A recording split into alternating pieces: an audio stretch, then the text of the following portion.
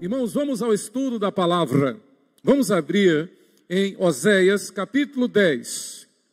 Oséias, capítulo 10.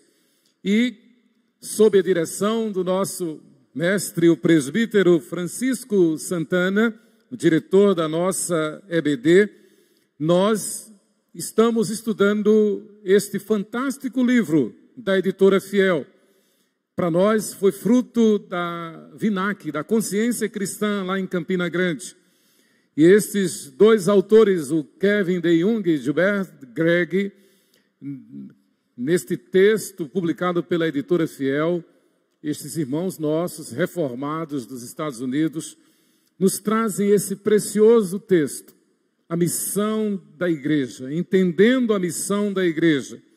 Então, hoje temos a responsabilidade de estudar o capítulo 6, que fala entendendo a justiça social. E o nosso texto base está em Oséias, capítulo 10, todo o capítulo, e eu convido você a ler comigo. Leiamos em uníssono. As crianças participem, os pais chamem as crianças e todos leiamos juntos Oséias, capítulo 10, do verso 1 ao verso 15. Israel é vide luxuriante, que dá o fruto, segundo a abundância do seu fruto. Assim multiplicou os altares. Quanto melhor a terra, tanto mais belas colunas fizeram. O seu coração é falso, por isso serão culpados. O Senhor quebrará os seus altares e deitará abaixo as colunas. Agora, pois, dirão eles, não temos rei, porque não tememos ao Senhor. E o rei, que faria por nós?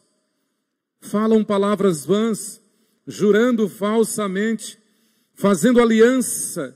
Por isso brota o juízo como erva venenosa nos sulcos dos campos. Vou repetir este versículo 4. Falam palavras vãs, jurando falsamente, fazendo aliança. Por isso, brota o juízo como erva venenosa nos sulcos dos campos. Os moradores de Samaria serão atemorizados por causa do bezerro de Bet-Aven. O seu povo se lamentará por causa dele, e os sacerdotes idólatras tremerão por causa da sua glória, que já se foi. Também o bezerro será levado à Assíria, como presente ao rei principal. Efraim se cobrirá de vexame, e Israel se envergonhará por causa de seu próprio capricho. O rei de Samaria será como lasca de madeira na superfície da água, e os altos de Aven, pecado de Israel, serão destruídos. Espinheiros e abrolhos crescerão sobre os seus altares, e aos montes se dirá, cobri-nos, e aos outeiros, caí sobre nós. Desde os dias de Gibeá, pecaste, ó Israel, e nisto permaneceste. A peleja contra os filhos da perversidade não há de alcançar-te em Gibeá. Castigarei o povo na medida do meu desejo, e congregar-se-ão contra ele os povos, quando eu o punir por causa de sua dupla transgressão. Porque Efraim era uma bezerra domada, que gostava de trilhar. Coloquei o jugo sobre a formosura do seu pescoço, atrelei Efraim ao carro, Judá lavrará, Jacó lhe desfará os torrões. Então eu disse, semeai para vós outros em justiça, ceifai segundo a misericórdia, arai o campo de posil, porque é tempo de buscar ao Senhor, até que ele venha e chova justiça sobre vós. Até que ele venha e chova a justiça sobre vós. Arastes a malícia, colhestes a perversidade, comestes o fruto da mentira, porque confiastes nos vossos carros e na multidão dos vossos valentes. Portanto, entre o teu povo se levantará tumulto de guerra, e todas as tuas fortalezas serão destruídas, como Salmã destruiu a Bet e Arbel no dia da guerra. As mães ali foram despedaçadas com seus filhos. Assim vos fará Betel, por causa da vossa grande malícia. Como passa a alva, assim será o rei de Israel, totalmente destruído. Que o Senhor aplique a sua palavra ao nosso coração, à nossa mente. Sob as bênçãos do Senhor, ungidos pelo Espírito Santo, e com a intercessão dos santos, como fez o reverendo Apolinário agora, orando por este momento, nós nos colocamos nas mãos do Senhor, certos de que o Senhor falará ao nosso coração, entendendo a justiça social. Sem sombra de dúvida, como bem dizem os reverendos Kevin de Jong e Gilbert Gregg, no livro texto da nossa EBD, justiça social é dos temas mais discutidos no mundo todo hoje. Não apenas nos governos, mas na igreja também. Justiça social, todo mundo está falando. Todo mundo tem um parecer para dar. É tema recorrente em monografias, em tratados, em teses na academia. Importante saber a diferença entre evangelicalismo e evangelismo ou evangelho, como bem coloca o nosso texto base. Porque nessa discussão da justiça social, quem mais tem se apresentado, quem mais tem tido relevância no meio protestante é o chamado evangelicalismo. É importante, contudo, conhecer um pouco do que significa o evangelicalismo moderno. Segundo o reverendo Dr. Valdir Stornagel, na revista Ultimato, evangelicalismo é uma presença bastante nova no seio da sociedade. Busca nela, na sociedade, o seu lugar e é por ela interpretada especialmente em sua expressão pública. Esta é a definição defendida pelo Valdir Stornagel, pela Ultimato e pelo evangelicalismo moderno. Perceba que em nenhum momento há alguma referência ao evangelho. Em nenhum momento há uma referência ao justo juiz. E isto vem acontecendo nesta geração, melhor, no pós-Segunda Guerra Mundial. A igreja tem sido infiltrada por correntes de teologia liberal, que tem trocado o puro evangelho por uma ação social.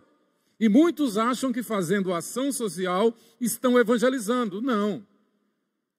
É claro que movidos pelo Espírito do Cristo, pelo Espírito do Evangelho, muitas obras maravilhosas são feitas. Mas nós não podemos confundir a caridade, a obra de ação social, com a justiça social.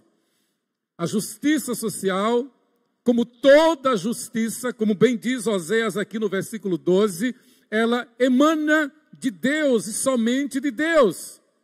Fora de Deus não há amor, fora de Deus não há esperança, fora de Deus não há fé, fora de Deus não há justiça.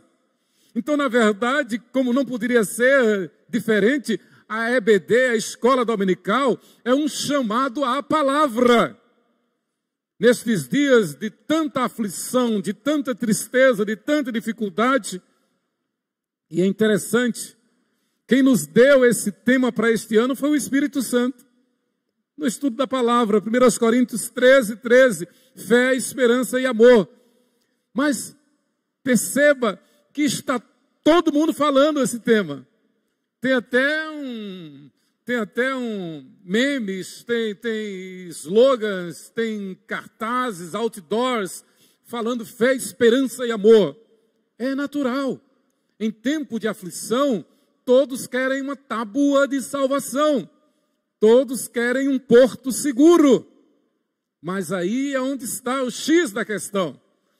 Não basta dizer, eu preciso de salvação, eu preciso de um porto seguro, eu preciso de um socorro, de um livramento.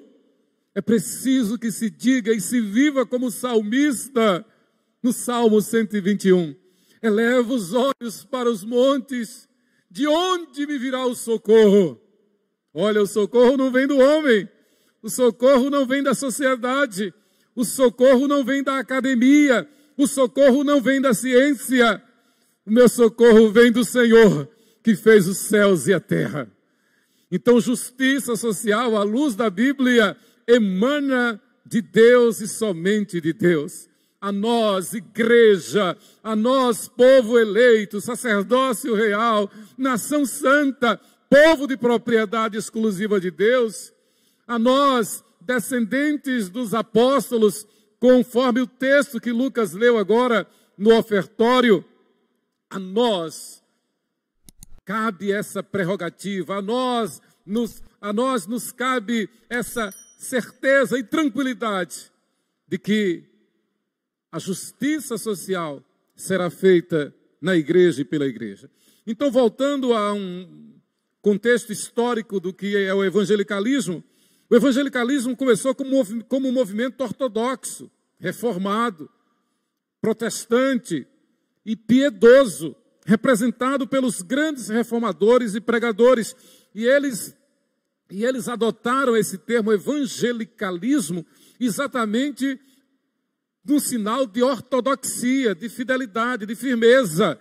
Nós não somos apenas protestantes, nós não somos apenas reformados, nós vivemos a íntegra do Evangelho. Esta era a ideia de homens como Jonathan Edwards, John Wesley, Bill Graham, Charles Fuller, do famoso seminário de Dallas, Francis Schaeffer, etc.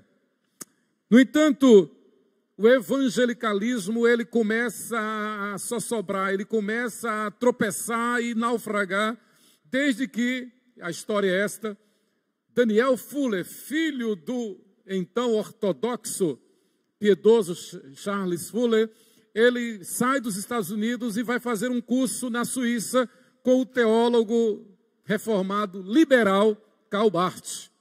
E então Daniel Fuller volta para os Estados Unidos cheio de teologia liberal.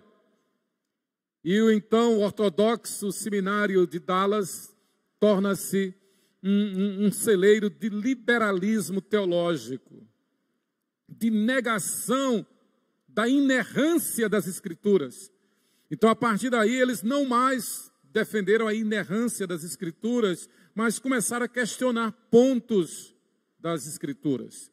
E aí, por aí, nessa onda vai o evangelicalismo levantando a bandeira da justiça social, das questões sociais, numa sintonia com a teologia da libertação.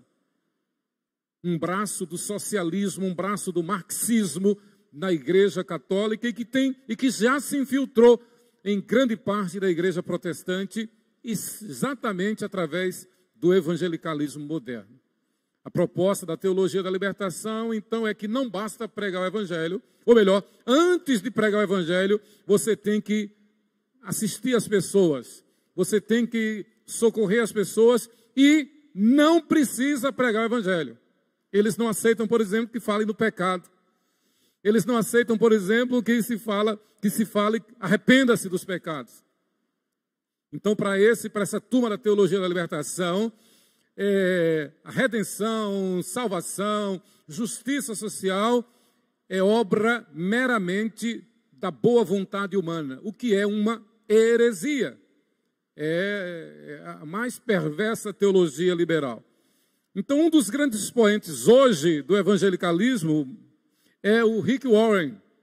O Rick Warren, famoso, né, pelos seus livros, as suas publicações e a mega igreja nos Estados Unidos. O modelo de Warren para crescimento da igreja é baseado na visão de Drucker, um sociólogo que se tornou professor no seminário de Dallas. sobre a construção de uma comunidade social e não tem nada a ver com o evangelho, embora seja igreja. A ideia é atrair as pessoas, a ideia é elevar o moral das pessoas, a autoestima das pessoas, claro, servindo-se de mensagens da Bíblia, de mensagens do evangelho que afaguem o ego das pessoas. Veja, isto não é evangelho. O evangelho é: arrependei-vos e convertei-vos para que sejam cancelados os vossos pecados. O evangelho é que Jesus diz em Mateus 10, 32 e 33, aquele que me confessar diante dos homens, eu o confessarei diante de meu Pai que está nos céus. Mas aquele que me negar diante dos homens, também eu o negarei diante de meu Pai que está nos céus. É incrível que a gente vê as pessoas se preocupando tanto com o vírus, mas não se preocupam na medida justa, na medida necessária, sobre a vida eterna. E aí se aplica a palavra de Jesus: que adianta o homem ganhar o mundo inteiro e perder a sua alma? Parafraseando, que adianta o homem ter tanto cuidado com a sua vida, que é efêmera, que é pó e ao pó voltará, e não se preparar para a vida eterna? Que adianta cuidar desse corpo que é pó e ao pó voltará, e não ter a vida eterna, a alegria da salvação? Então, a nossa escola bíblica dominical, em hipótese alguma, vai laborar, vai trabalhar em cima da justiça social como mera obra humana, como mera ação de caridade. Nós não vamos trabalhar a justiça social, claro, independente da Bíblia. O que é que a Bíblia diz sobre justiça social? Esse capítulo 6 do livro, ele não dá para ser estudado em um domingo apenas. Eu creio que nós vamos gastar uns 4 a 5 domingos estudando somente esse capítulo 6. Quando nós formos estudar os textos que o livro propõe, começando de Levítico, nós vamos ter pano para as mangas. Ou melhor, nós vamos ter verdadeiro alimento espiritual no estudo da palavra. Porque, como diz o tema da igreja, neste mês, fé, esperança e amor no conhecimento da palavra. Óbvio, só podemos ter fé, ter esperança e vivenciar o amor conhecendo a Deus. Como diz Oséias, conheçamos e prossigamos em conhecer o Senhor, conhecendo a palavra de Deus. Então, voltando ao pensamento de Rick Warren, embora Warren use a Bíblia, sua filosofia de ministério não é retirada da Bíblia, mas derivada de teorias sociais humanísticas, como ele mesmo admite. Isso explica porque Warren está engajado em um esforço global para promover o socialismo, em vez de um esforço global para pregar o Evangelho. Que diferença, né? Que distanciamento da sã doutrina, do Evangelho, da palavra de Deus. O pastor abençoado e abençoador, reverendo Paul Washer, ele esteve recentemente no Brasil, exatamente em Campina Grande, na VINAC, na Consciência Cristã. E ali naquela conferência, o reverendo Paul Washer, ele fez algumas advertências à igreja. Ele disse: tomem muito cuidado com o evangelicalismo moderno e com todas essas coisas que estão acontecendo. Aprendam a andar na simplicidade da obediência. Aprendam a andar em santidade. A maior paixão de vocês deve ser estar cada vez mais devotos à pessoa de Cristo. É impossível ser fiel a Cristo e apontar caminhos de salvação que não seja Cristo. É impossível ser fiel a Cristo e imaginar que possa haver justiça social distante do Evangelho. Que possa haver justiça social sem arrependimento e conversão. Que possa haver justiça social emanada da vontade humana, da sociologia, das políticas humanas, das ideologias humanas. Isso é falácia, isso é sofisma, isto dito como evangelho é anátema, é um falso evangelho. Que tema maravilhoso, entendendo a justiça social à luz da palavra de Deus. E Paul Washer continua, ele diz, entender o que Cristo fez por vocês e servi-lo com piedade e fidelidade, com tudo que vocês têm. Somente assim é possível fazer justiça social. Paul Washer deu conselhos sobre a leitura da Bíblia e a prática de memorização das Escrituras. Conselhos tão simples. Leiam a Bíblia, memorizem textos da Bíblia. Uma das grandes bênçãos, eu sempre digo isso, uma das grandes bênçãos no seminário não foi conhecer a crítica textual, não foi conhecer os originais, o hebraico, o grego, não foi conhecer os mestres da teologia sistemática. Para mim, eu digo e repito, a maior bênção que eu ganhei no Seminário Presbiteriano do Norte, no Recife, de 81 a 84, foi ser instruído a estudar a palavra, a memorizar versículos da palavra. Os famosos versículos Obadias do reverendo Francisco Leonardo, que nos tratava como crianças. Nós só podíamos fazer prova se tivéssemos memorizado tantos versículos.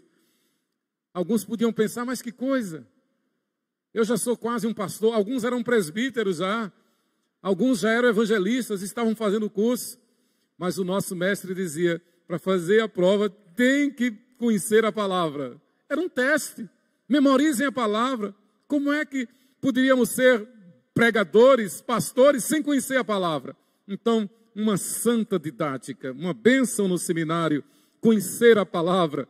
Aliás, também tenho dito aqui e repito, eu aprendi a conhecer a palavra no culto doméstico. Papai, mamãe e nós os 7 filhos, ao redor da mesa, no culto doméstico. Quando papai não estava viajando, ele que dirigia. Quando ele estava viajando, mamãe que dirigia. E normalmente era sempre logo após o jantar. Louvado seja Deus por conhecer a palavra. É o que Paul Washer, o famoso Paul Washer, está dizendo. Conheçam a palavra, estudem a palavra, memorizem versículos da palavra. Ele ainda diz, vocês não se santificarão, vocês não crescerão em conformidade com Cristo, se não conhecerem a palavra de Cristo. Então, justiça social, como qualquer ação da igreja, qualquer ação evangélica, não pode jamais ser baseada em preceitos humanos, em sociologias humanas, em ações políticas, mas na palavra de Deus, que transcende tudo isto, que está acima de tudo isto. Como diz Calvino, a igreja de um lado, o Estado do outro, e por cima a palavra de Deus. Haverá momentos que nós não poderemos submeter-nos à autoridade, quando esta afrontar a palavra de Deus.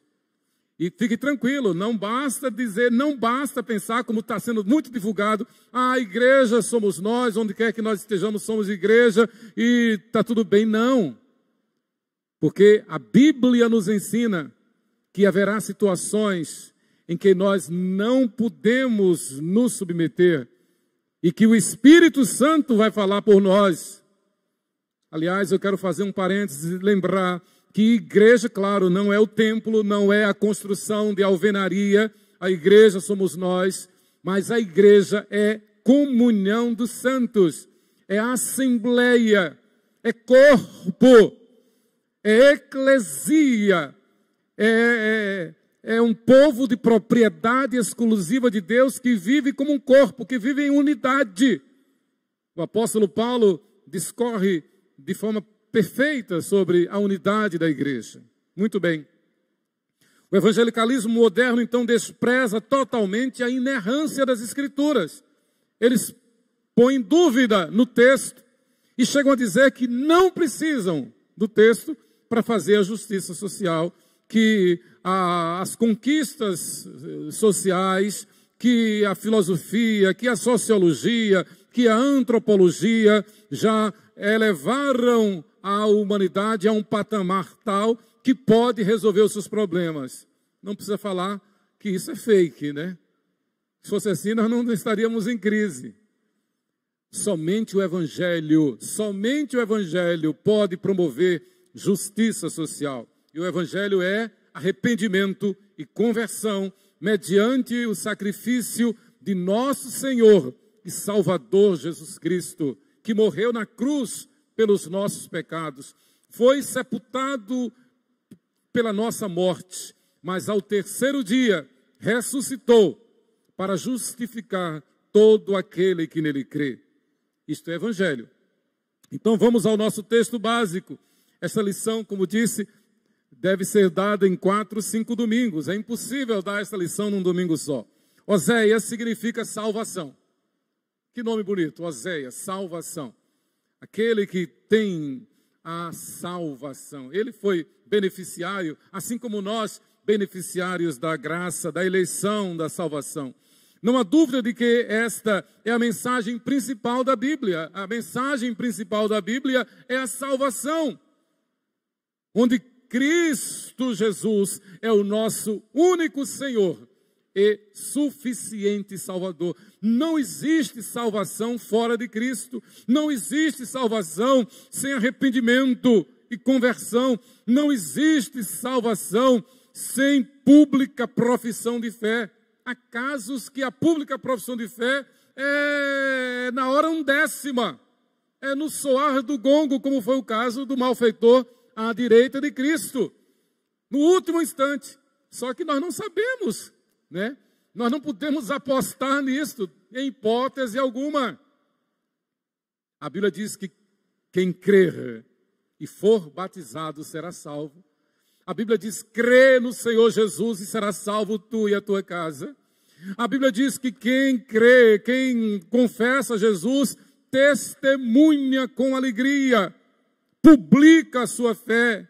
Então, olha, preste bem atenção. Não existe a possibilidade de salvação para agentes secretos da fé. Não existe a possibilidade de salvação para quem tem vergonha de declarar que é cristão. Não existe salvação para quem nega a Cristo. Embora no íntimo diga, não, eu sou cristão, eu vou para o céu. Quem vai para o céu é testemunha fiel. Quem vai para o céu não tem de que se vergonhar. Testifica de que Jesus é o seu único Senhor e suficiente Salvador, que é fiel a Cristo. Então, Oséias, o tema principal da Bíblia é salvação.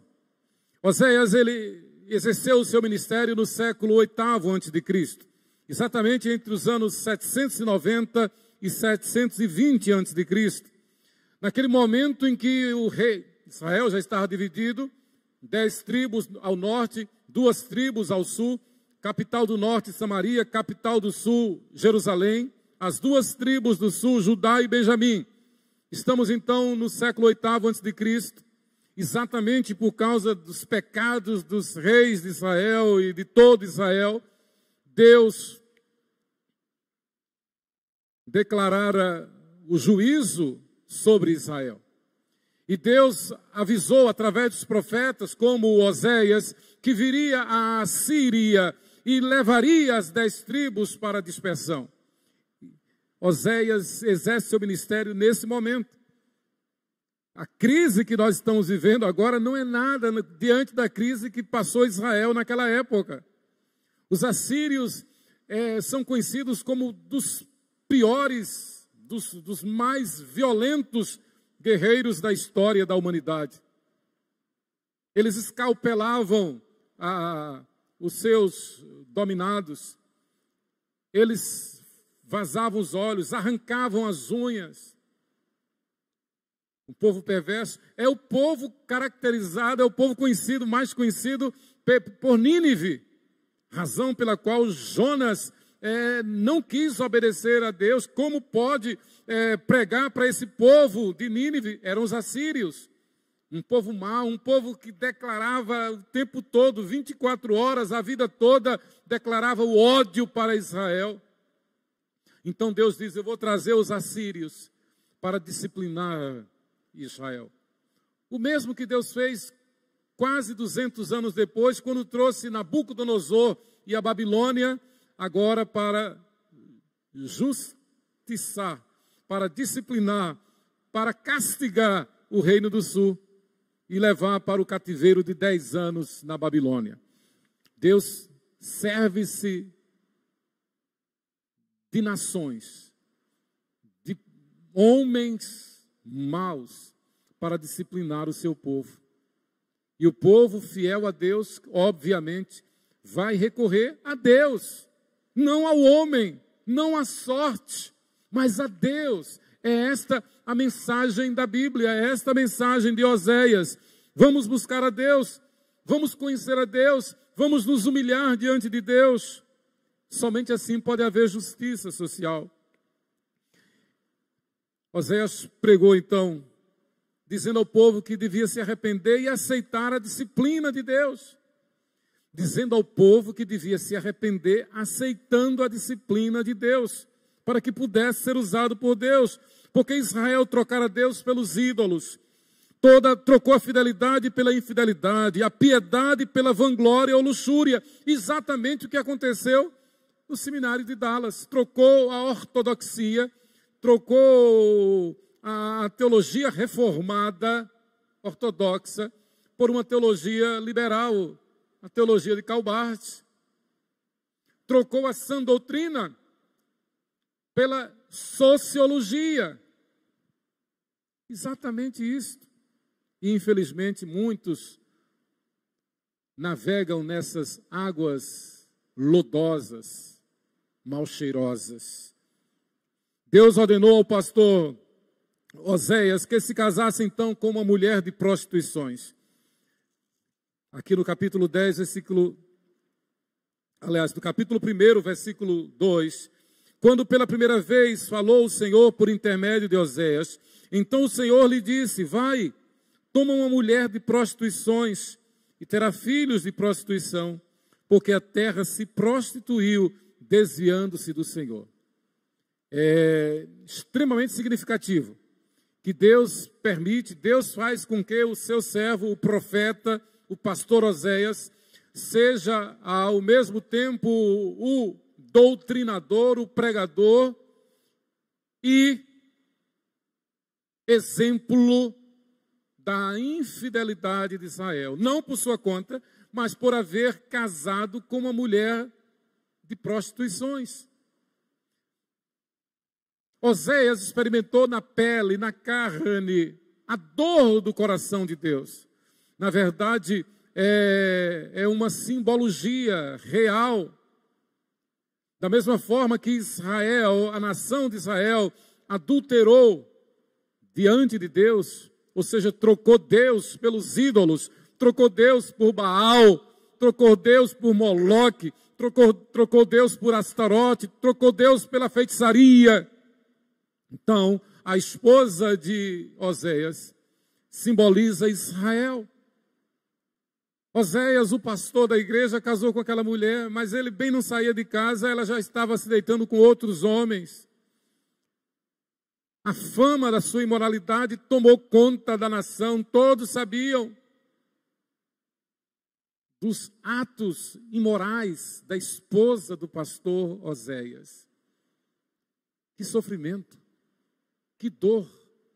Queridos, não tenhamos dúvida de que é para que nós entendamos um pouquinho do sofrimento que Deus tem por nós, de como Deus sofre por nós. Ele nos chama de sua noiva, sua esposa. A igreja é a noiva de Cristo, que se atavia, que se adorna para o dia das bodas, das núpcias, para como esposa entrar na glória celestial. O Senhor desposou-se conosco, com a igreja. E toda vez que nós cometemos pecado, nós estamos adulterando contra Deus. É impossível ter fé, ter esperança e ter amor sem conhecer a palavra de Deus, sem o estudo da palavra.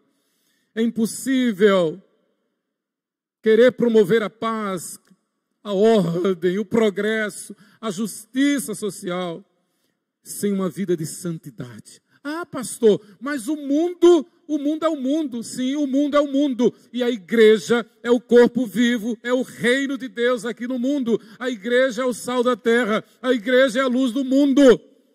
A igreja é para viver, como diz o apóstolo Paulo, Cristo em nós, a esperança da glória, para que o mundo olhe para nós e queira nos imitar, e não o contrário. Jamais para que a igreja imite o mundo. Jamais para que a igreja sirva-se das armas do mundo. Jamais para que a igreja imagine que possa ter uma vida promissora, uma vida abençoadora, calcada em filosofias humanas, em preceitos humanos, em ciência humana. Jamais. Tudo passa. Somente a palavra de Deus não passará. Então nós somos ortodoxos, sim. Nós somos Bíblia, sim. Que saudade, que saudade. Quando o mundo nos chamava de os Bíblias. Os crentes, os Bíblias. Nós precisamos resgatar. Isso não é novidade, isso não é palavra de Washer, isso não é palavra de Piper, isso não é palavra de Hernandes, nem de Nicodemos, isto é palavra de Deus. Louvado seja Deus por estes homens que eu citei, porque são piedosos, ortodoxos, crentes e Bíblias. A eles devemos imitar. Deus nos livre do que está acontecendo no seminário de Dallas. Deus nos livre de ideologias como a de Rick Warren. Deus nos livre de igrejas que transformam os cultos em espetáculo, em show. A igreja de Jesus não precisa disso. Não admite isto. A igreja de Jesus prega o evangelho. Queridos, então Oséias vai e casa com aquela mulher. E Deus diz, sustenta firme, Oséias. Israel precisa saber o que tem feito comigo. E preste atenção, as ovelhas, os crentes da época, eles estavam vendo o que estava acontecendo na casa do pastor. E a ideia era para que caíssem em si, para que se envergonhasse, para que percebessem o que estava fazendo. E o texto é elucidativo. O versículo-chave de Oséias está no capítulo, é o último versículo, capítulo 14, versículo 9. Este é o versículo-chave do livro de Oséias. Quem é sábio, que entenda estas coisas. Quem é prudente, que as saiba. Porque os caminhos do Senhor são retos, e os justos andarão neles, nos caminhos do Senhor. Mas os transgressores neles cairão. Como muito bem tem dito o pastor Apolinário aqui dos cultos, que eu tenho acompanhado, mesmo de longe, né? Citando sempre o Salmo 119. Lâmpada para os meus pés é a tua palavra, e luz para os meus caminhos. Então é impossível viver bem se não obedecer a palavra. Aliás, tem crentes que não vêm para o culto, que não vêm para o templo,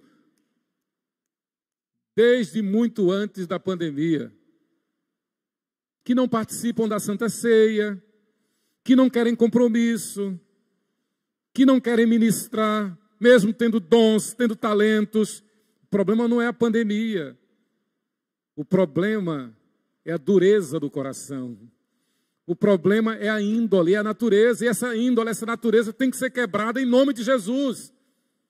Nós não somos donos dos nossos narizes, nós não somos autônomos como cristãos, nós não somos, como bem diz o nosso amado presbítero Gervásio, nós não somos indivíduos não governamentais.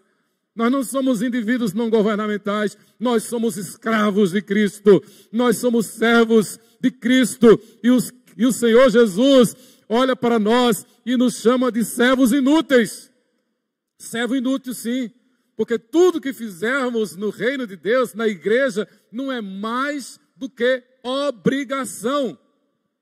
Então é muito triste, quando nós vemos crentes cheios de vontade. Só faz o que tem vontade. Só vem quando tem vontade. Que desde muito antes de pandemia não é frequente aos cultos, não querem compromisso. E preste atenção, não existe essa desculpa de ocupação, de muito trabalho. Não existe. Eu estou vendo aqui irmãos hiper, mega ocupados nas suas profissões, no seu trabalho, mas que são, não apenas agora, o tempo todo aqui na igreja, são da linha de frente. Estão sempre no fronte de batalha. Então essa desculpa de muito trabalho é a desculpa mais furada que existe. Quem é do Senhor, obedece ao Senhor. Então é o que diz aqui o versículo 9. Oséias era escrito como profeta do amor divino. O profeta do amor divino. Do jeito que ele casou com aquela mulher de prostituições.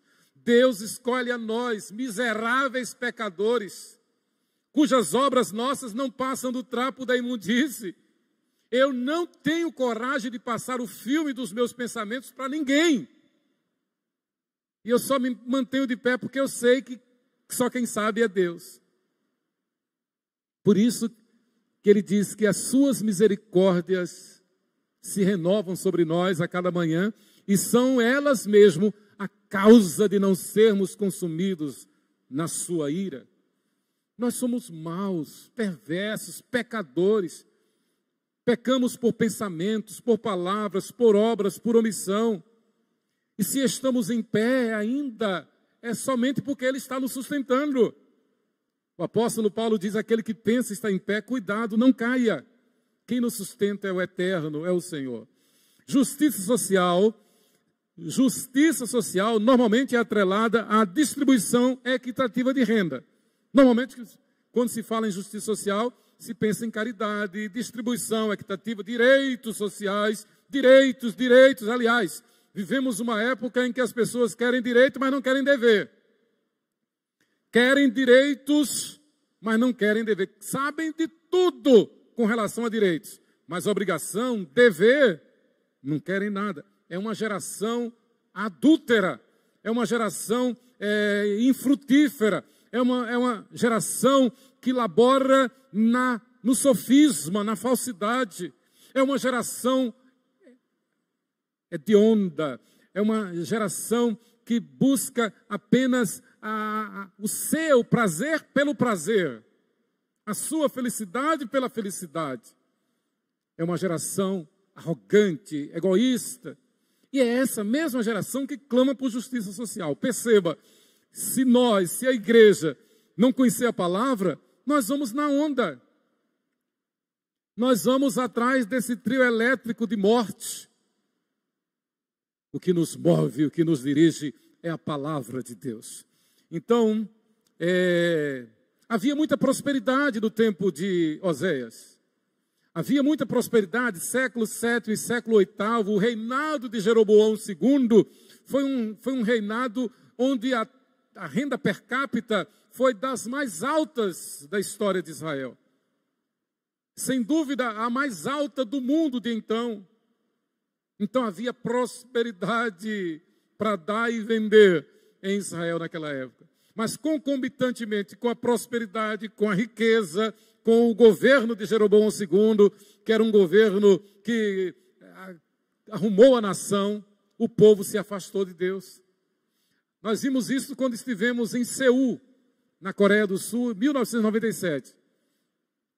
Nós fomos em 15 daquelas mega igrejas de Seul. E em todas elas os pastores estavam lamentando, porque viviam um boom econômico. Viviam prosperidade como nunca antes. Foi o auge dos tigres asiáticos. E todos os pastores, eles compartilharam conosco de que estavam orando para que Deus provasse a igreja, para que a igreja voltasse ao primeiro amor. A igreja estava se esfriando. A igreja estava se esfriando, indo na onda do mundo. Mesmo a potência que é a igreja na Coreia do Sul. Então, nós devemos sempre voltar ao primeiro amor. Queridos, nem a religião, nem a riqueza material, nem a caridade foram suficientes para promover a justiça social. o culto acontecia em abundância, o governo era um governo ordeiro, o nacionalismo estava forte, o progresso era evidente, mas o progresso material, mas o progresso espiritual estava em decadência. Estava na razão inversa. Quanto mais eles cresciam em prosperidade, mais eles decresciam na espiritualidade. A Bíblia diz que o amor do dinheiro é a raiz de todos os males. 1 Timóteo 6,10. Quem ama o dinheiro pode dar esmola. Quem ama o dinheiro pode dar esmola, mas não faz justiça social. Conforme a Bíblia, não. Não existe justiça social quando se ama o dinheiro. Vou repetir. Não existe justiça social quando se ama o dinheiro. Está claro, 1 Timóteo 6,10. Não existe justiça social quando se é uma pessoa gananciosa, usurável, sovina, pão duro, tio Patinhas. Tem gente que faz questão de centavos. Tem gente que faz questão de mixarias. E muitas vezes gente que quer fazer justiça social. Você pode ser um Bill Gates da vida. Você pode financiar fundações no mundo todo. Mas se você ama o dinheiro, é provado, é claro que você não quer justiça social. Você quer apenas vanglória. Você quer apenas crescer mais no amor ao dinheiro. Para fazer justiça social, é preciso que nós não amemos o dinheiro, que nós descansemos em Deus, que sejamos generosos de verdade. E eu me lembro, mamãe sempre dizia, criticando a hipocrisia da sociedade nesse sentido, ela dizia, é fácil fazer figura com o chapéu dos outros. Viola de boca é muito boa de se tocar. Então tem muita gente aí propagando justiça social, mas que não abre mão. É sovina, é pão duro. Tem muita gente aí falando justiça social, mas não reparte o seu pão, não reparte a sua casa. Eu tenho uma ilustração, exatamente, gente que trabalhava na faculdade, promovendo grupos sociais, crente, da mesma igreja nossa, éramos da mesma mocidade, mas sempre que a gente ia para algum evento, dizia logo, no meu carro só posso levar 3 pessoas, porque mais pode prejudicar a suspensão do carro. E era um carro novo. Só levo 3 pessoas. Justiça social, viola de boca é muito boa de se tocar, né? Falar de justiça social para os outros é bom. Abra o carro, dê carona. Que história é essa? O carro pega 5 pessoas com o motorista. Mas dizia logo, só posso levar 3. Mais um na frente e atrás só um, para não prejudicar a suspensão do meu carro. Que coisa, que hipocrisia. Teve outro também, casos reais, falava tanto em caridade, falava tanto em misericórdia. Mas uma vez num acampamento, numa preleção, então ele pediu a palavra e disse, olha, o pastor que estava falando, olha, claro, a gente ama, mas eu quero ser sincero. Eu sou sincero, aliás. Minha noiva mesmo sabe que eu amo mais a minha moto do que ela. Parece um negócio surreal. Parece um filme de horror. Mas isso é real, isso aconteceu, né? Gente de igreja, gente que fala de justiça social, mas que diz assim, numa boa, ou numa má, né? Eu amo mais a minha moto do que a minha noiva. Misericórdia. Queridos, tem muitos que ao mesmo tempo me falam tanto em justiça social, também vivem outro provérbio. Farinha pouca, meu pirão primeiro. Muita gente. Na verdade, para o cristão fiel, para quem realmente defende a justiça social, o ditado deveria ser diferente. Farinha pouca, vamos dividi-la e eu serei o último a servir-me. Aí sim, faria pouca, vamos dividir. E eu serei o último. Se sobrar, eu me sirvo. Mas não, no geral as pessoas dizem exatamente, farinha pouca, meu pirão primeiro. E acham que estão certas. Queridos, Deus ama Israel a despeito de sua infidelidade e salva os arrependidos e obedientes. Esse nosso texto, ele é contundente, ele é claro, ele é um evangelho. Ele nos chama ao arrependimento, mostrando como alvo, como premissa, como objetivo, a justiça de Deus. A base do evangelho é a justiça de Deus. Nós precisamos, por exemplo, lembrar que graças ao cristianismo, e eu quero parabenizar e congratular-me, sim, com o cristianismo na Igreja Católica Apostólica Romana, especialmente pelas casas de misericórdia, as santas casas de misericórdia, hospitais.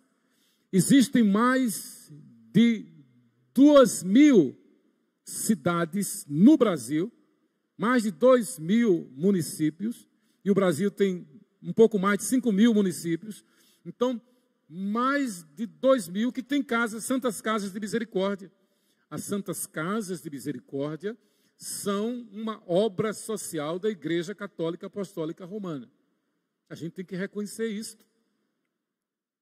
Uma bênção, a gente tem que reconhecer o trabalho de Madre Teresa de Calcutá, Irmã Dulce aqui em Salvador. A gente tem que reconhecer. Mas, da mesma forma, a gente precisa lembrar que não basta a caridade. Não basta a ação social.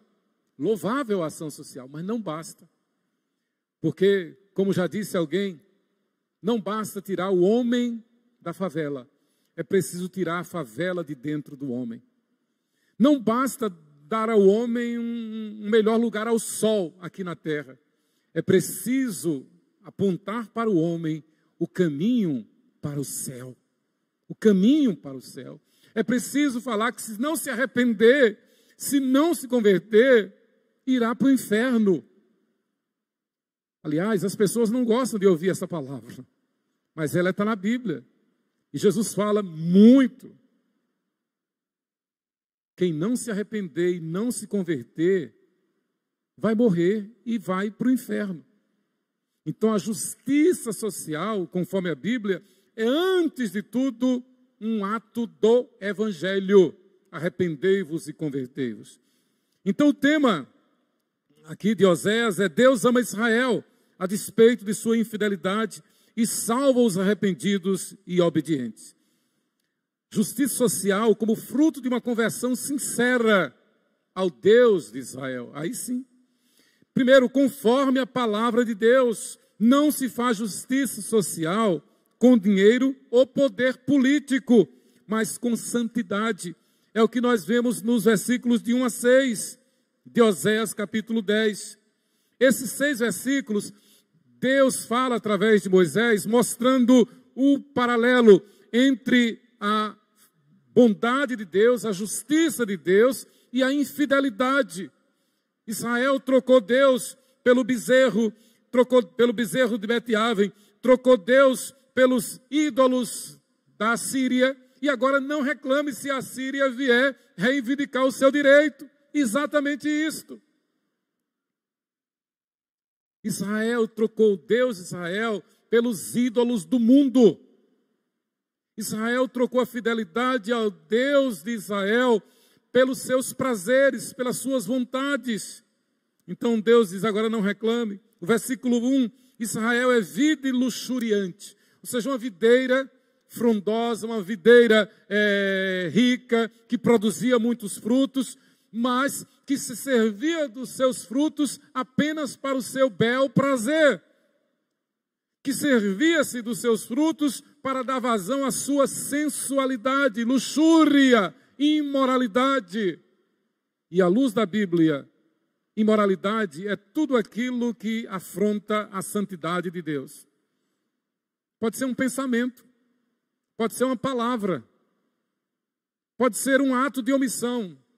Resumindo, imoralidade, idolatria é pecado contra Deus. Pecar é adulterar contra Deus. É a lição que Deus está dando através de Oséias. No versículo 2, Deus diz que o coração de Israel se tornará falso. O seu coração é falso, por isso serão culpados. O Senhor quebrará os seus altares e deitará abaixo as colunas. Deus está fazendo justiça. Já de há muito nós estamos orando, Senhor, faz chover justiça. Baseados em Oséias 10, versículo 12. Senhor, faz chover justiça. Deus está julgando, Deus está peneirando a igreja. E não é simplesmente para que a gente tente se autoconsolar, dizendo, Deus está levando os bons, como eu vi hoje, uma mensagem que eu recebi. Deus está levando... Você não sabe. Você não sabe. Nós não sabemos. Como disse Ademar de Campos, o mestre do louvor, aqui no Teatro Tobias Barreto, no Toque de Poder, num daqueles seminários de toque de poder. Primeira palavra que Ademar de Campos falou, o Teatro Tobias Barreto, cheio de crentes, ele disse, meus irmãos, é tempo de rasgar o nosso coração. É tempo de chorar. Fazendo uma paráfrase à sua bela canção, o tempo de cantar chegou. Ele disse, eu tenho vontade de cantar, o tempo de chorar chegou. Isso tem mais de 10 anos. Estamos vivendo esses dias, é tempo de chorar. É tempo de nos humilhar, é tempo de nos quebrantar, é tempo de voltar para o Senhor. O coração de Israel se tornará falso, apenas religioso. Vivia de aparência, interessante que o culto era efervescente, o culto era forte, as festas eram celebradas, as festas solenes, mas Deus dizia, eu não tenho nada a ver com isso. Esses cultos não me interessam, esses cultos me dão náusea. Cuidado. Versículo 5, Bet-Aven. Bet-Aven significa casa de imoralidade. Numa fronte a Betel. Enquanto Betel é casa de Deus, Bet-Aven é casa de iniquidade, casa de imoralidade. E eles importaram isso justamente dos assírios. Os assírios, então, que viriam para levá-los para a dispersão.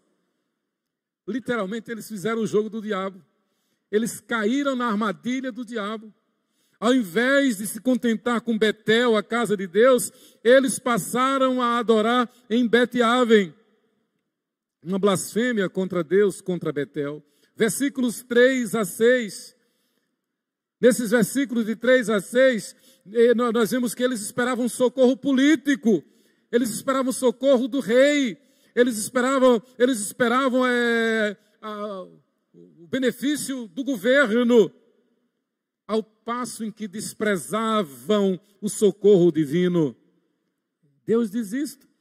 Também, versículos 5 e 6, os moradores de Samaria serão atemorizados por causa do bezerro de Bet-Aven. Colocar a confiança no bezerro, serão devorados, atemorizados. O seu povo se lamentará por causa dele.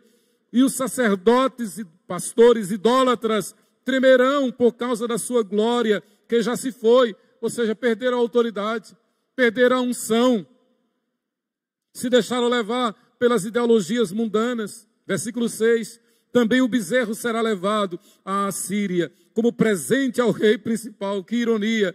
Efraim se cobrirá de vexame, e Israel se envergonhará por causa de seu próprio capricho. Leia-se, por causa de seu próprio pecado, por causa de sua própria luxúria, vontade própria, hedonismo, o culto ao eu, o culto ao prazer. Tem crente colocando a sua ideologia acima da palavra de Deus. Tem crente colocando seus interesses, as suas benesses, acima da palavra de Deus. Tem crente colocando as ideologias acima da palavra de Deus. Em segundo lugar, a justiça social exige total dependência de Deus. Isto é esperança. A justiça social exige total dependência de Deus. É assim que se vive a esperança. É assim, esperança está irmanada com a fé e com o amor. E para se vivenciar isso é preciso conhecer a palavra de Deus, estudar a palavra de Deus. quem nos move, quem nos orienta é a palavra de Deus. E conhecereis a verdade, e a verdade vos libertará. É preciso exaltar a palavra, é preciso se levantar para dizer, eu sei em quem tenho crido. É preciso se levantar para dizer, a família é de Deus, a família é criação de Deus. É preciso se levantar e dizer, somos contra o aborto, somos contra a ideologia de gênero, somos a favor da justiça divina, herdeiros da justiça divina. É preciso ter essa consciência. Os versículos de 7 a 11 mostram isso. O rei de Samaria será como lasca de madeira na superfície da água. Ou seja, há algo que vai boando sem rumo ao léu, sem governo, desorientado. Pensa que tem o governo, porque tem o poder, porque tem a força, mas não tem. Deus o abandonou. E assim abandona todos que o seguem. Versículo 8. E os altos de Aven, idolatria, pecado de Israel, serão destruídos. Espinheiros e abrolhos crescerão sobre os seus altares. E aos montes se dirá, cobri-nos. E aos outeiros, caí sobre nós. Ou seja, eles buscarão socorro no mundo e o mundo não lhes socorrerá. Eles buscarão uma tábua de salvação no mundo e não haverá. O que o mundo pode dar de segurança para o homem? Nada. É preciso lembrar o tempo todo.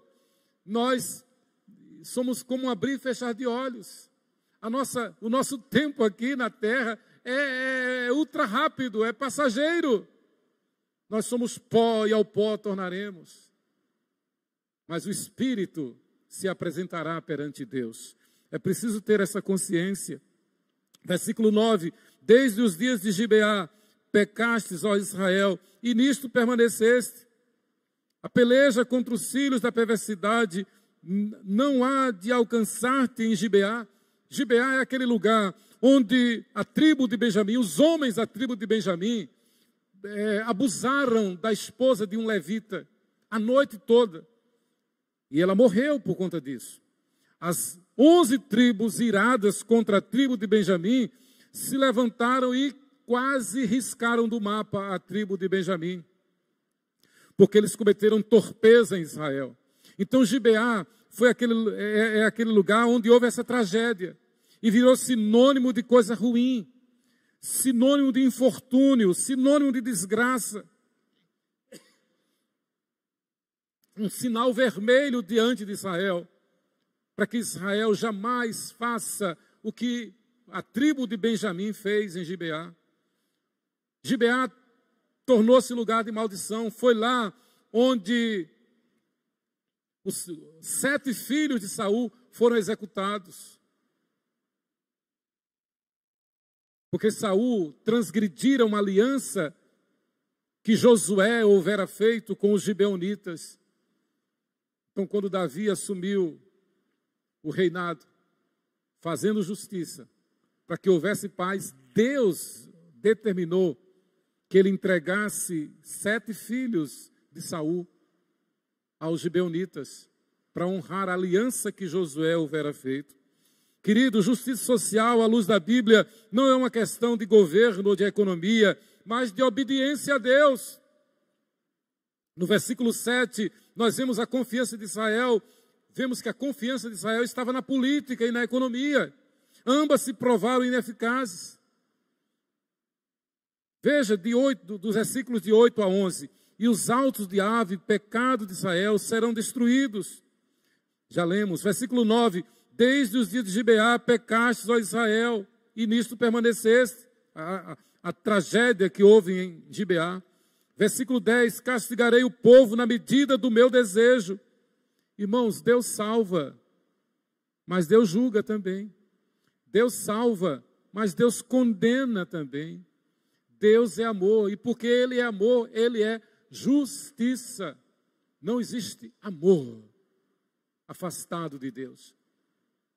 Não é platonismo puro, é filosofia barata pura. Não existe justiça afastado de Deus. Porque Efraim era uma bezerra domada, ou seja, bem criada, próspera, que gostava de trilhar. Coloquei o jugo sobre a formosura do seu pescoço, atrelei Efraim ao carro, Judá lavrará, Jacó lhe desfará os torrões. Sempre que há essa referência a Efraim, é uma honra que Deus faz a José, porque Deus determinou que o primogênito de José fosse Efraim, e que José fosse conhecido em Israel por Efraim, numa honra de Deus ao que José fez lá no Egito, o libertador, o tipo de Cristo lá no Egito. Então, vocês eram Efraim, vocês foram eleitos para me glorificar. Eu os chamei, eu os tirei do Egito, eu os transportei 40 anos no deserto, eu vos dei a terra prometida a Efraim. Então, todo Israel é representado aqui pelo nome de Efraim, para lembrar do que Deus fez através de José lá no Egito. Se não fosse José, o mundo teria perecido naquela época, Israel teria se destruído. Então, Efraim é uma lembrança, é um memorial do que Deus fez através de José. Então, Deus mostra a forma carinhosa, a forma cuidadosa como tratou Israel. Bezerra domada, que gostava de trilhar, coloquei o jugo sobre a formosura do seu pescoço, atrelei Efraim ao carro, Judá lavrará, Jacó lhe desfará os torrões. Ou seja, Israel será glorioso. Mas houve uma interrupção naquele contexto. Nós sabemos que essa glória acontecerá na eternidade. Nós sabemos que essa glória está acontecendo na igreja fiel. Porque as portas do inferno não prevalecerão contra a igreja. A despeito de perseguição, a igreja permanecerá. A igreja, ela é militante e triunfante. Ela é visível e invisível. A igreja é a noiva de Cristo. Oh, quanto amo a tua lei. É a minha meditação todo dia. Esta é a expressão da igreja. Estar aos pés do Senhor. Ser santa como o Senhor é santo. Queridos, só se tem esperança e justiça social conhecendo e praticando a palavra de Deus. Então o chamado é este. Vamos fazer justiça social na palavra, semeando a palavra. Esta é a índole da igreja. Esta é a natureza da igreja presbiteriana 12 de agosto. Uma chama viva no altar de Deus. Sem delongas, a meta da igreja é fazer missões, é evangelizar, é abrir congregações, é plantar igrejas com essa estrutura que Deus nos deu para a glória de Deus. Eu me lembro que quando eu liguei a primeira vez para o pastor Apolinário, ele estava lá em Piuí, né? E eu disse, pastor, eu estou te convidando para você vir para cá. A nossa meta é ter homens, pastores, que tenham a visão de plantar igrejas nos moldes da 12 de agosto. E assim Deus tem nos abençoado com Apolinário, Josuel, Fausto Brasil, Lucas Rego, nossos pastores, nossos evangelistas, Ricardo Andrade, Ezequias Torquato, nossos missionários. Como bem diz Ronaldo Lidório, a 12 de agosto tem pelo menos 23 igrejas filhas lá em Gana, nos Concombas. É emocionante ouvir isto. Ele já falou aqui várias vezes. Sempre que ele vem aqui, ele fala. A 12 de agosto tem pelo menos 23 filhas lá entre os Concombas, lá em Gana. Louvado seja Deus por isto. Então, a missão da igreja é esta. Eu quero dizer a você, olhe bem, preste atenção. Não seja crente de casa. Eu não estou falando no tempo de pandemia, claro. Você sabe disso. Eu estou falando a você que já em 2018 não vinha, já em 2019 não vinha. O problema não é 2020 e 2021. O problema é ser fiel ou não. Seja fiel. Só há justiça social quando se é fiel. Louvado seja Deus por estes que permanecem fiéis, que nos inspiram, que nos abençoam, que nos animam. Justiça social só se faz com justiça divina, que é o amor. A justiça divina é o amor. Não existe amor sem a justiça de Deus. É o que está nos versículos de 12 a 15. Então eu disse, semeai para vós outros em justiça, ceifai segundo a misericórdia, arai o campo de posil da plantação para uma nova plantação, para uma nova colheita. Arai o campo de posil, porque é tempo de buscar ao Senhor, até que Ele venha e chova a justiça sobre vós. É tempo de trabalhar, como diz o belo hino, vamos nós trabalhar, somos servos de Deus. Vamos trabalhar, não nos intimidamos diante do mundo, não imaginemos que possa haver evangelho ou justiça social fora da palavra, sem comunhão com a palavra. Não, não há. Então vamos buscar a Deus e Ele vai fazer chover justiça sobre nós.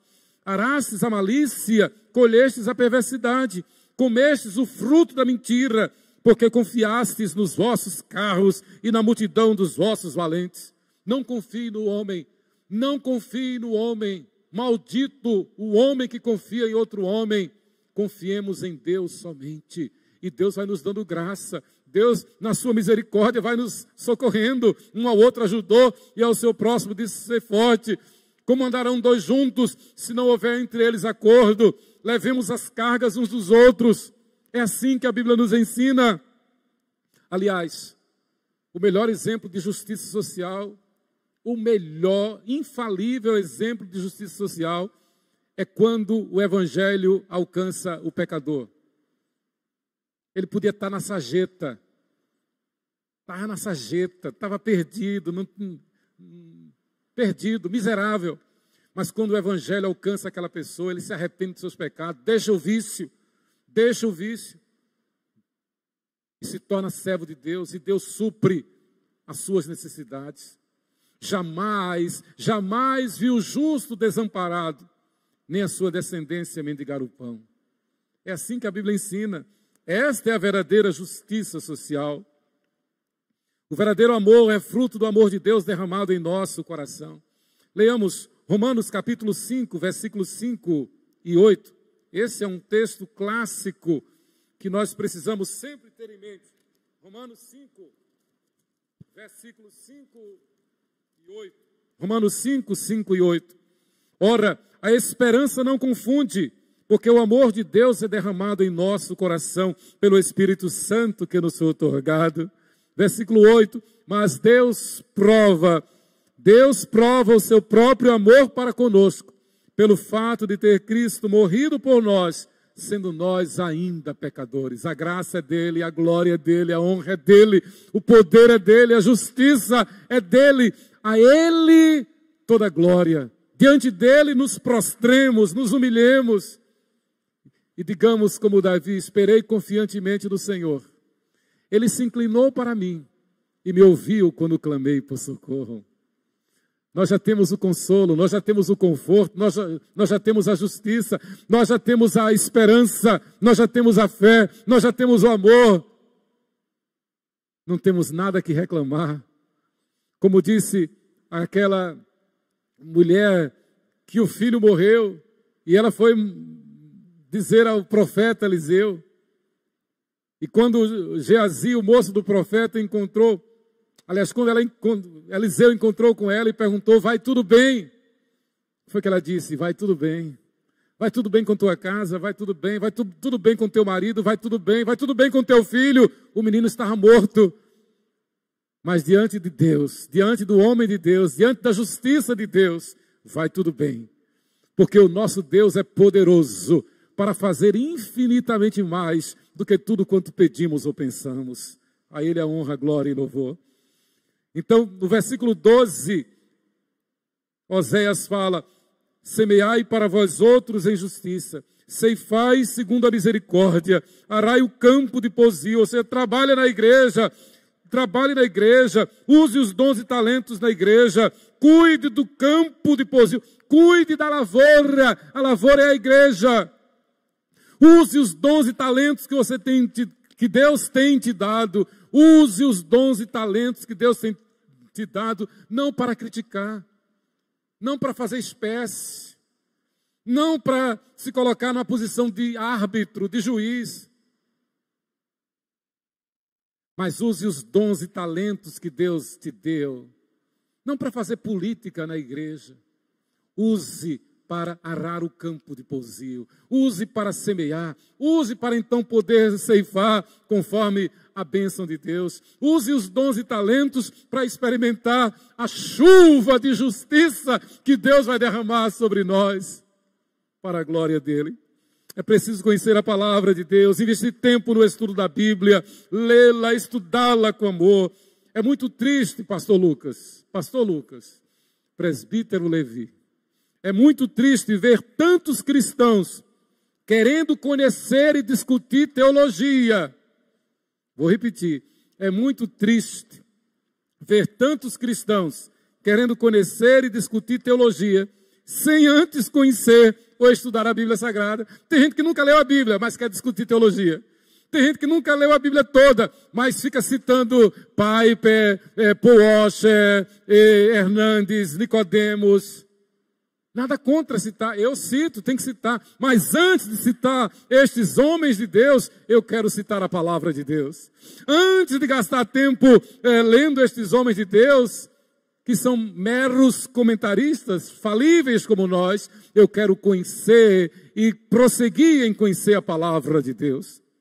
Veja o que diz os versículos de 1 a 3 do capítulo 6. Oséias 6, de 1 a 3. Que palavra!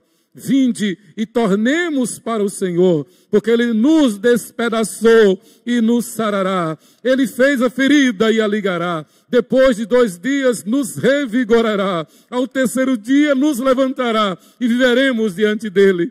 Conheçamos e prossigamos em conhecer ao Senhor.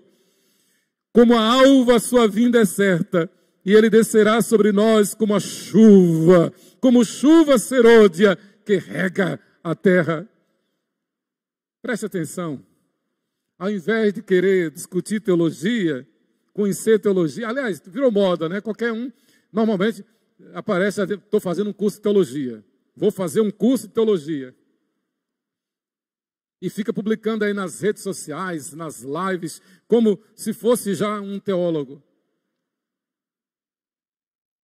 Humilhai-vos sob a poderosa mão de Deus, para que Deus, em tempo oportuno, vos exalte.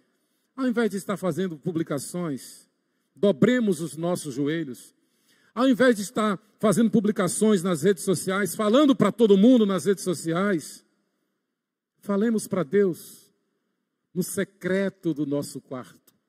Entremos no nosso quarto, fechemos a porta e a sós, diante de Deus, falemos para Deus. Ao invés de fazer live para o mundo, faça live para Deus. Diga, Senhor, miserável que sou. Miserável homem que sou. Sê propício a mim, pecador. Ponha em ordem a tua vida, ponha em ordem a tua casa.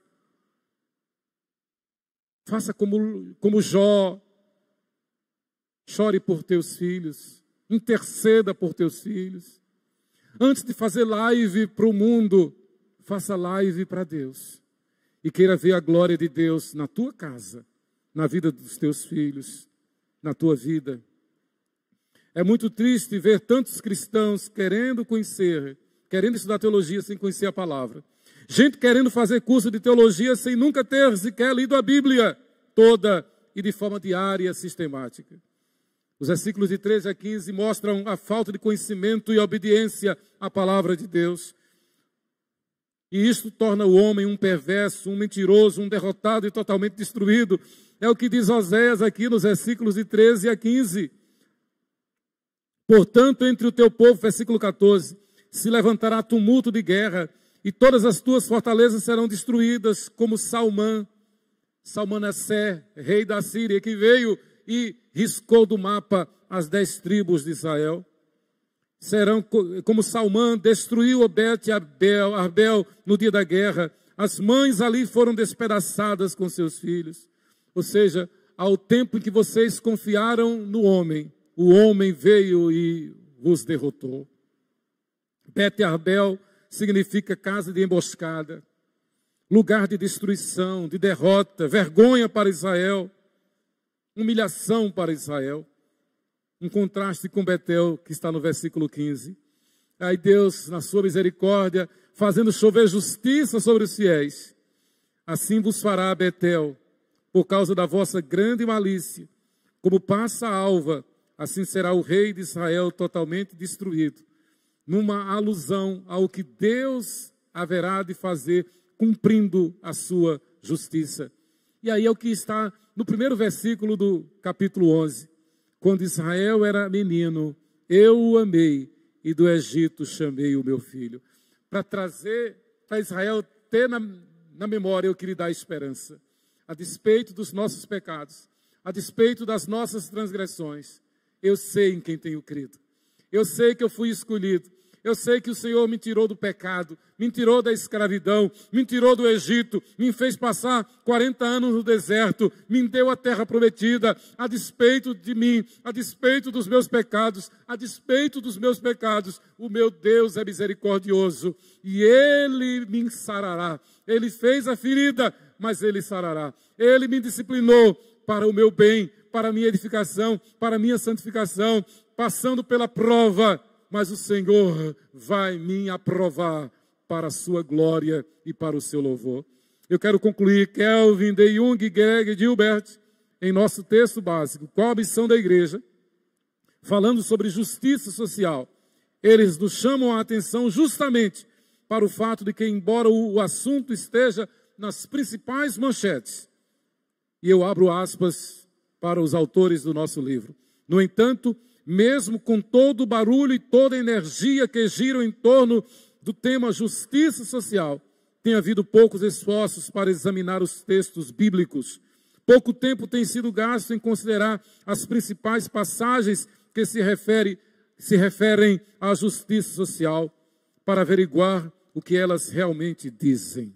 Eu acrescento, normalmente quando citam uma passagem bíblica, é no sentido de referendar sua ideologia, conforme o atual evangelicalismo liberal e humanista. Que o eterno, que o Deus de Israel, que o Deus de Betel, Deus conosco, faça chover a sua justiça sobre nós, sobre a sua igreja, preparando-nos para o grande e glorioso dia que se aproxima da volta do Rei Jesus Cristo. Que Deus nos abençoe.